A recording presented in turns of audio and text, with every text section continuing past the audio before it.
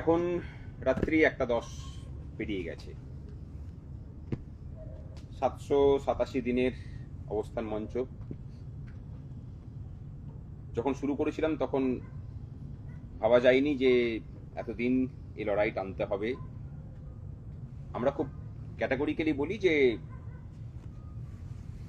এতদিনের একটা আন্দোলন সরকারি কর্মচারী শিক্ষকদের নিজেদের আইন স্বীকৃত মৌলিক দাবি দেওয়ার আদায়ের জন্য, এবং তার সাথে এই রাজ্যের বেকার ছেলে মেয়েদের জন্য সরকারি চাকরির দরজা খোলা, এটা গণতন্ত্রের পক্ষে লজ্জা।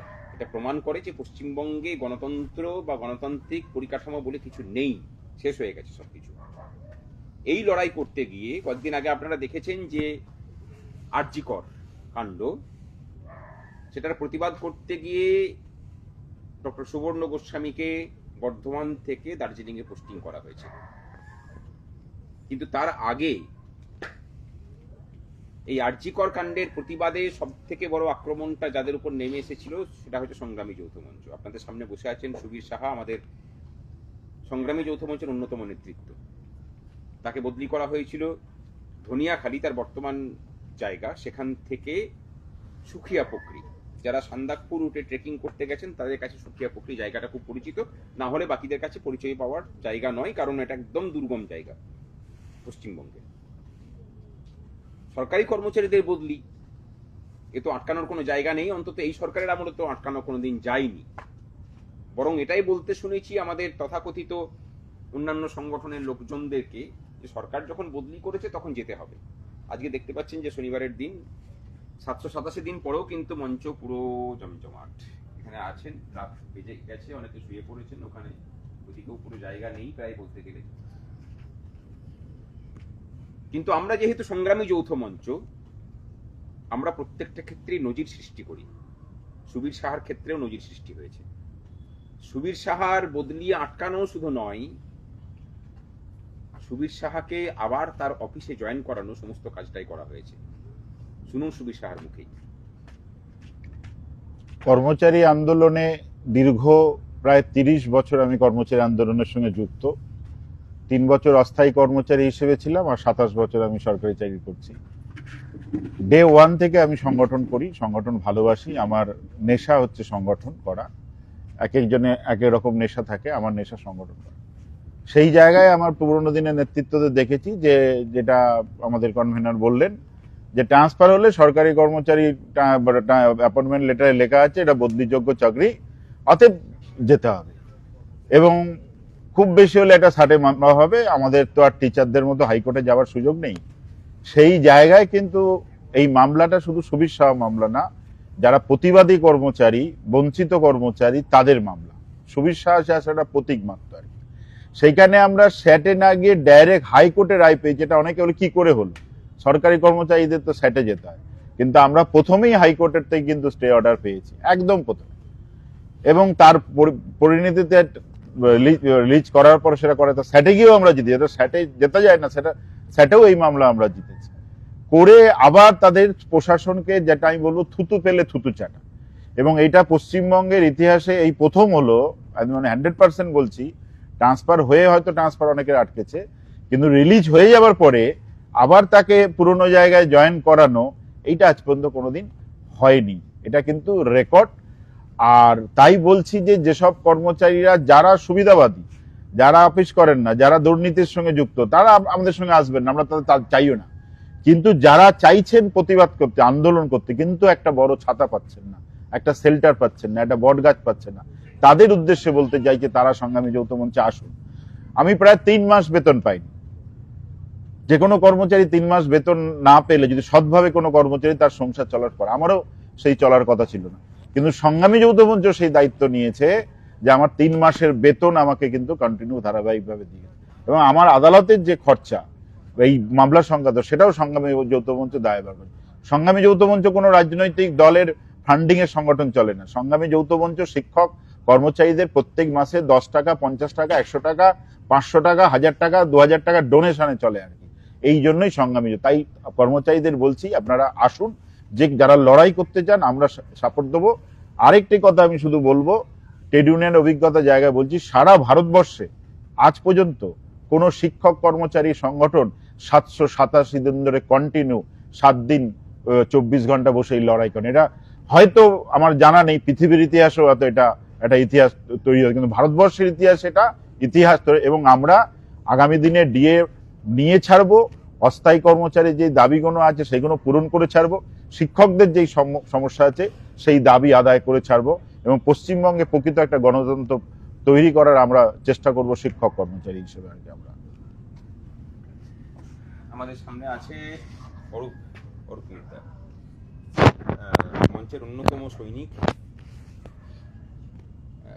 কি বলবে, এতদিন থেকে লড়াইটা চালিয়ে যাচ্ছ কিসের লক্ষ্যে, এবং এই যে আজকের দিনেও জমজমাট মঞ্চ, মানে কোন উদ্দেশ্যে, কোন লক্ষ্য নিয়ে তোমরা এগিয়ে চলেছো? আসলে আমরা যেটা চাইছি যে পশ্চিমবঙ্গে যে অরাজকতা চলছে সেই অরাজকতার বিরুদ্ধে আমাদের লড়াই।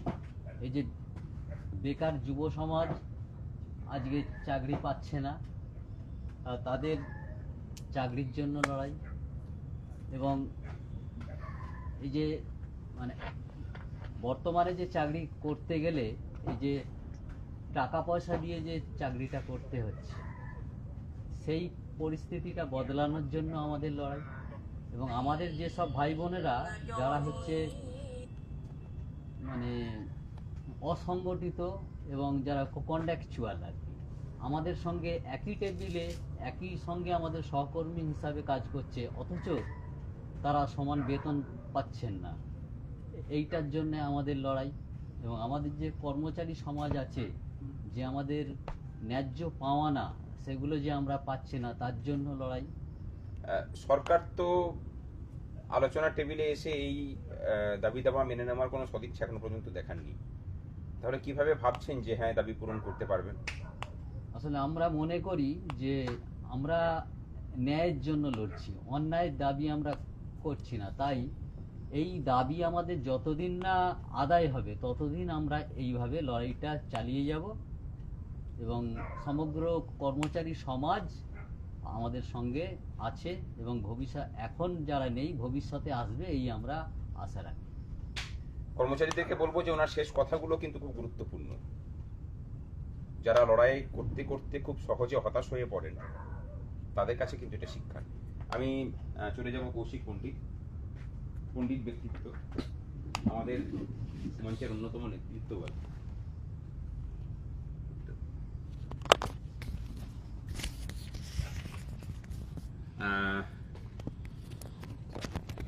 কৌশিককে বলবো যে সামনে 26-এর নির্বাচনের আগে তোমাদের যে লড়াই কিভাবে দেখছো, কিভাবে ব্যাখ্যা করছো, মানে কোন দিকে এই লড়াইকে নিয়ে যেতে চাও, এবং রাজ্যের সাধারণ কর্মচারী শিক্ষকদেরকে সেই লড়াইয়ে কোন ভূমিকায় পেতে চাও? দেখুন, পশ্চিমবঙ্গের সমস্ত কর্মচারী, শিক্ষক অশিক্ষক কর্মচারী, তাদের জন্যেই সংগ্রামী যৌথ মঞ্চ আজকে 787 দিন ধরে লড়াইটা চালিয়ে যাচ্ছে। লড়াইটা চালিয়ে যাচ্ছে শুধু নয়, যে ডিএ শূন্য অবস্থা থেকে আমাদের পে কমিশন শুরু হয়েছিল, সেখান থেকে আমরা 14% ডিএ পাচ্ছি, এপ্রিল থেকে আরও 4% ডিএ আমরা পাবো।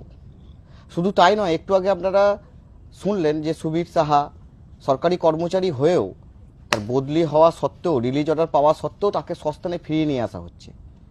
এটাই তো কর্মচারীদের মনে একটা বড় ভরসার জায়গা হয়ে উঠেছে এসজেএম, সংগ্রামী যৌথ মঞ্চ।